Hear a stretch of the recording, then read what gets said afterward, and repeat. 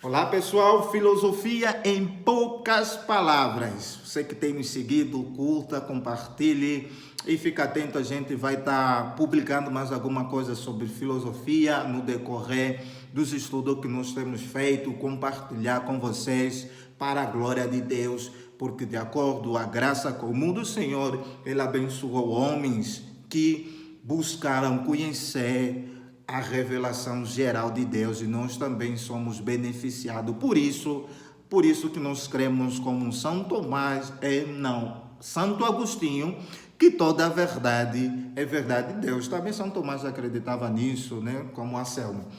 E a maioria dos reformados crê nisso. Então a verdade de Deus também está revelado na criação, como também está revelado na sua revelação especial. Mas voltando aqui na ideia da filosofia, em poucas palavras, nós vamos ver um pouquinho sobre a filosofia quanto na área da psicologia platônica, o que Platão pensava sobre a psicologia.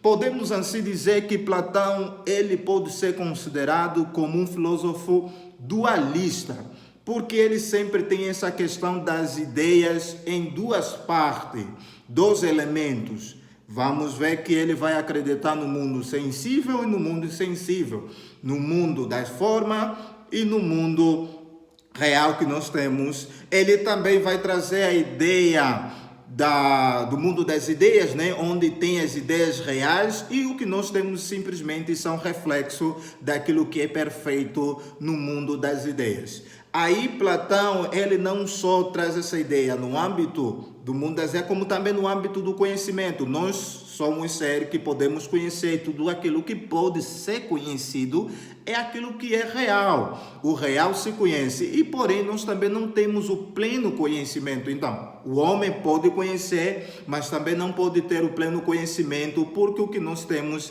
são simplesmente reflexo daquilo que é perfeito no mundo das ideias. Você consegue ver isso também naquela ideia da caverna, o reflexo, aqueles que estavam na caverna viam o reflexo daquilo que acontecia fora da caverna, nas paredes.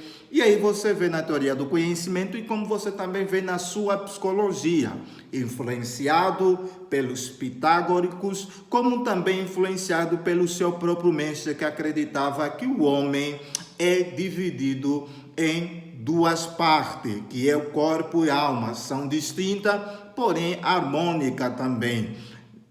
Platão ele não se preocupa explicar muito nos seus diálogos, como na República, quanto a esta questão, porque para ele essa é uma questão muito trabalhadora e só os deuses sabem trazer uma explicação clara. O que nós podemos simplesmente fazer é dar um relance, um parecer do que é a alma, né? Do que é a alma, porque ela é algo imaterial. E Platão ele desenvolve essa ideia quanto naquela experiência que você tem do conflito dentro, de fazer as coisas, de quando você tem esse conflito entre boas coisas e as coisas ruins, esse conflito que há lá dentro no corpo humano é onde ele vai ter as bases para sustentar o seu dualismo psicológico, que o homem é dividido em duas partes, alma e corpo. E Platão, ele cria que a parte mais essencial que deve se buscar é a alma, né? Para que nós devemos nos preocupar, não que nós temos que abandonar a parte exterior, porém a maior preocupação deve estar com a parte interior. A parte interior deve ser a coisa que nós mais desejemos e mais busquemos.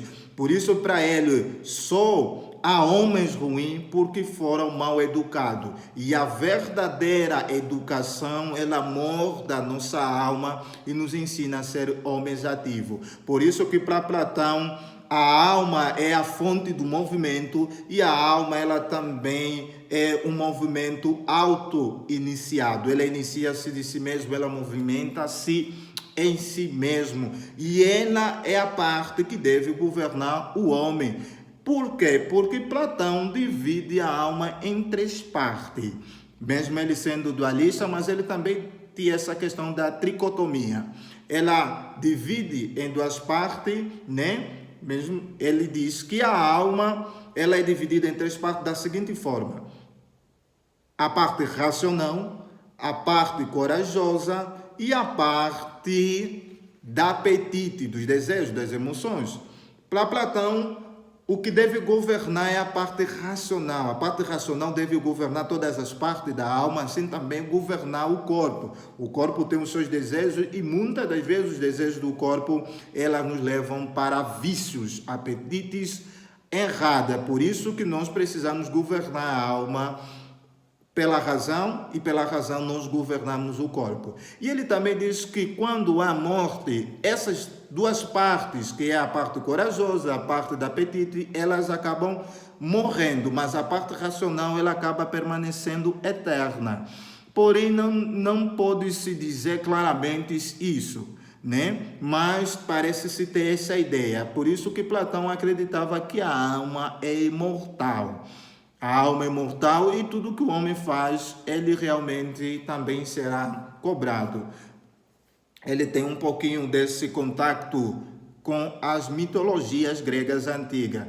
A alma, ela é mortal e ele considerava como uma alma a criação do demiurgo, ou uma criação divina.